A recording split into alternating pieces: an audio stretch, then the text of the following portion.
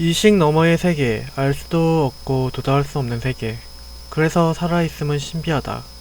살아있다는 건 그 개인이 하나의 내적 세계, 하나의 우주를 소유하고 그 안에 거주함을 의미한다. 이러한 개인의 내적 세계는 서로 완벽하게 독립되어 있기 때문에 엄밀히 말해서 타인이 나처럼 내적 세계를 가지고 있는지 확실할 수는 없다. 왜냐하면 나의 내적 세계는 순간순간 나에게 체험되고 있으므로 나에게는 확실하지만 타인의 내적 세계는 나에게 보이지 않고 결코 나에게 체험될 수 없기 때문이다. 타인의 이식이 존재하는지 의심스럽다는 생각은 우리가 쉽게 이해할 수 있는데 누군가를 사랑할 때의 상황이 이를 이해하는 데에 도움이 될 것이다. X씨가 Y씨를 사랑한다고 하자. 나는 X씨다. 이때 나는 내가 Y씨를 사랑한다는 것을 매 순간 경험하고 확인할 수 있다. 나에게 있어서 내가 Y씨를 사랑한다는 것은 확실하다. 문제는 Y씨도 나를 사랑하는지 결코 확신할 수 없다는 데 있다. Y씨의 사랑을 확인하는 방법은 직접 묻는 수밖에 없다. 나를 사랑하는지 물어봤더니 사랑한다고 말한다. 그럼 증명되었는가? 이렇게 증명될 수 있는 문제였다면 이 세상에 여인들의 싸움이란 없어졌을 것이다. 아무리 Y씨가 사랑한다고 말해도 나는 실제 Y씨의 마음 내적 세계에 결코 접근할 수 없다. 이 상황은 이식이 문제를 정확하게 묘사하고 있다. 나는 내가 이식하고 있으며 내적 세계를 가진다는 것을 순간마다 경험하고 확인할 수 있지만 타인이 아무리 자신이 내적 세계를 가지고 있다고 말한다 하더라도 정말 그 사람이 이식을 가지고 있을지는 의심스럽다. 나의 이식은 나에게 확실하지만 타인의 이식은 내가 결코 접근할 수 없다. 그래서 이식은 지금까지 자연과학으로 말해질 수 없었다. 왜냐하면 자연과학은 같은 현상에 대한 복수 시점에서의 반복되는 관찰만을 그 대상으로 하기 때문이다. 경험적 관찰에 의지한 자연과학의 입장에서 볼 때 나의 이식이든 타인의 이식이든 둘 다 말해줄 수 없다. 내가 이식을 가지고 있음을 타인에게 증명할 수 없으며 타인의 이식이 실제하는지 나는 관찰할 수 없기 때문이다. 둘이 공유하는 공통현상이 없으므로 함께 관찰할 수 있는 것도 없고 따라서 이식은 과학적 논의의 대상에서 배제되어 왔다. 이 때문에 이식과 내적 세계 자체에 대한 논의 대신 뇌신경에 대한 생리학적 분석, 심리학적 행동에 대한 탐구 등을 함께 공유할 수 있는 것만이 학문적 논의의 대상이 되어 왔다. 문제의 핵심은 학문적 논의의 대상만이 실체한다고 믿는 과학주의적 사고방식이다. 현대인들의 과학주의적 신화는 그들로 하여금 과학적으로 논의되는 대상만이 실체한다고 믿게 만들었다. 그들은 매 순간 강렬하게 체험되는 자기 이식의 실체를 보는 대신 과학의 대상이 되는 물질적 뇌신경에 마음을 쓴다. 그리고 이렇게 물질로부터 세계를 설명하려는 습관은 눈앞의 세계가 세계 그 자체라는 환상을 심어준다. 오래전 인류의 지혜가 우려했던 마야의 상태에 현대인은 처해 있다. 진정으로 신비하고 심오한 깨달음을 주는 것은 자신이 내적 세계로서의 이식을 가지고 있다는 사실이다. 나의 외부에 존재하는 실체라고 믿었던 세계가 사실은 나의 주관에 의해 구성되었던 것이다. 내가 보고 있는 것은 내 마음이 만들어낸 허상이라는 진실에 귀를 기울여야 한다. 그래야 우리는 비로소 세계의 의미와 세계 속에 살아있음을 의미를 진지하게 탐구할 수 있을 것이다. 그렇다면 내 눈앞의 세계가 나의 머릿속의 세계, 즉 이식세계라고 할 때 나의 외부에는 무엇이 존재하는가? 그것은 앞서 말했듯 칸트가 물자체라고 이름을 붙였다. 실제 그 자체의 세계로서 물자체의 세계는 우리의 5가지 감각기관을 통해 간접적으로 더듬어 볼 수 있을 뿐 결코 인지할 수 없다. 그 세계는 우리의 현상세계에 그림자를 두리우고 우리는 그 그림자를 통해 현상세계를 나름대로 구성한다. 물자체의 세계는 우리의 현상세계와 대체로 닮았을 수 있고 전혀 닮지 않을 수도 있다. 이식적 존재 전체를 통틀어서 이식 너머의 세계를 직접 접한 존재는 없었을 것이므로 물자체는 말할 수 없는 영역에 놓여 있다. 다만 상상해 볼 수 있겠다. 우선 물자체의 세계의 빛은 없을 것이다. 빛을 빛나는 그 무엇이라고 정의한다면 말이다. 빛은 심리적 작용이다. 실제 세계에는 빛이 아니라 광입자들의 물리적 운동만이 있다. 광입자들은 빛나지 않는다. 광입자들을 빛나는 무엇으로 해석하는 것은 나의 의식이다. 따라서 이식 너머의 세계에는 빛이 없으므로 색깔이 없을 뿐 아니라 색깔이 머무는 표면이라는 현상도 없다.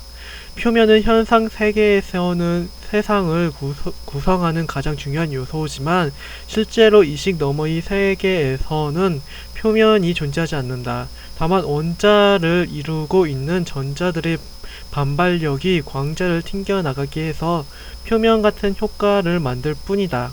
정리하면 이식 너머의 세계는 빛이나 색, 표면, 손에 닿는 부드러움, 익숙한 향기, 사물들은 존재하지 않는다. 그 세계에는 보이지 않는 광입자, 운동, 인력, 척력, 상상할 수 없는 것, 말할 수 없는 것들만이 존재하고 있다. 내 눈앞의 세계가 실제의 세계와 비슷할 것이라는 생각은 우리에게 심적 위안을 주는 믿음일 뿐 그 이상의 의미를 갖지 않는다. 최종 정리. 우리는 신비에 대해서 다뤘다. 신비한 것은 말할 수 없는 것이다. 여기서 말할 수 없는 것은 사람들 간의 공통된 체험이 불가능한 까닭에 학문적 탐구의 대상이 되지 않는 것을 뜻한다.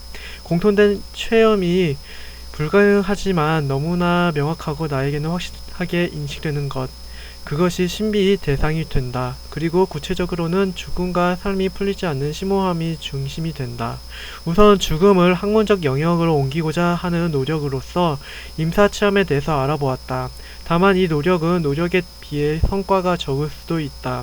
왜냐하면 아무리 많은 데이터를 모으고 사례를 연구해도 그 사례는 주관적 체험의 기록 이상을 보여줄 수 없기 때문이다. 현대의 과학적 사고와 학문적 성과에서 주관적 체험의 지위는 매우 낮다. 하지만 학문적 연구에서의 지위와는 별개로 죽음에 대한 관념은 우리 삶에 있어서 매우 중요한 역할을 한다. 왜냐하면 죽음 이후의 삶의 가능성이 지금 나의 삶의 방향과 의미를 규정하기 때문이다. 죽음 이후의 가능성은 네 가지로 나눠볼 수 있었다. 완전한 끝이라는 과학적 사고, 영원한 삶이 계속되리라는 절대적 유일신교의 사고, 삶이 순환이 고리를 이룬다는 상대적 사신교의 사고, 그리고 마지막으로 영원 회귀에 대한 니체의 견해가 그것이었다. 이러한 죽음의 가능성들은 반대로 삶의 모습을 규정하는 토대가 되었다. 죽음이 신비에 이어 다음으로 삶의 신비에 대해서 생각해 보았다.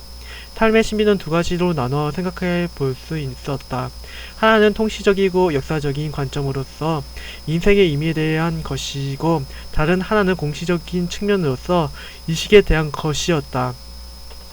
먼저 인생이라는 긴 시간의 의미는 한 권의 책처럼 마지막 페이지에 도달해야 그 의미를 이해할 수 있음을 보았다.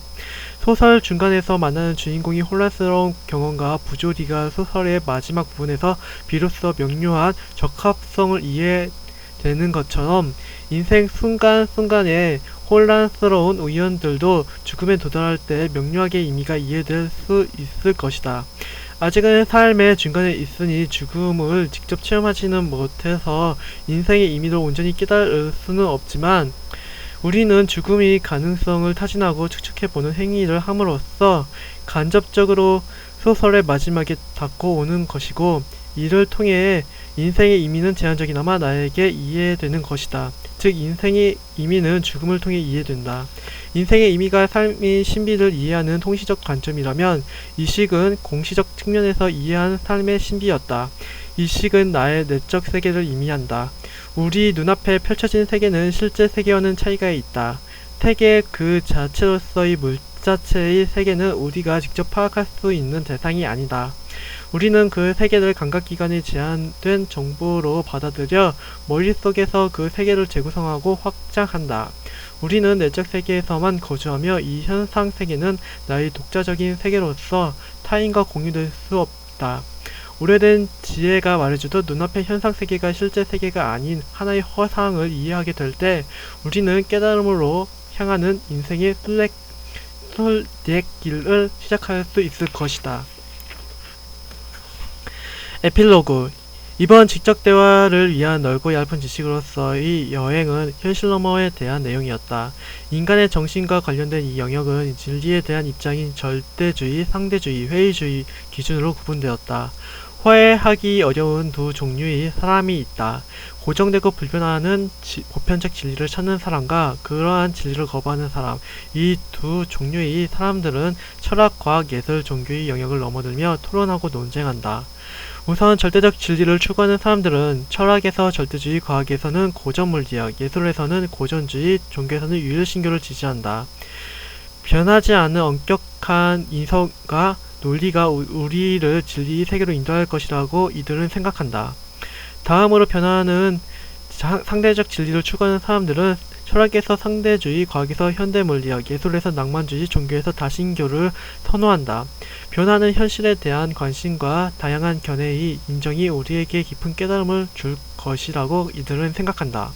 마지막으로 이 두 종류의 사람들 이외에 진리에 대한 접근 자체가 원천적으로 불가능하다고 여기는 회의주의자들이 있다. 이들의 견해는 오랜 기간 동안 무시되고 억압의 대상이 되어 왔다. 다만 현대에 들어서면서 종교와 이성에 대한 철저한 반성과 함께 이들의 견해가 주목받았다. 철학에서 회의주의, 과학에서 과학철학, 예술에서 현대미술이 여기에 해당한다. 절대주의, 상대주의, 회의주의는 진리에 대한 입장의 차이에도 불구하고 공통점이 있다. 그것은 이들이 학문의 영역 내에서 이루어졌으며 다양한 비판과 대결 속에서도 학계나 일반에서 논의되어 왔다는 점이다. 다만 개인은 이러한 공적 공간에서의 논의 외에도 지극히 사적인 공간에서의 체험 속에서 살아간다. 공적으로 이야기할 수 없지만 사적으로 강렬하게 체험되는 것을 말한다. 죽음과 삶의 체험이라는 신비는 자신이 삶을 이해하려는 개인에게 가장 심오하고 중요한 문제다. 우리 여행은 여기서 끝났다. 우리는 현실적 문제로서 역사, 경제, 정치, 사회, 윤리를 다뤘고 현실 너머의 문제로서 철학, 과학, 예술, 종교, 신비를 다루었다. 이 책이 당신이 살아갈 인생의 편리한 지도가 되길 바란다.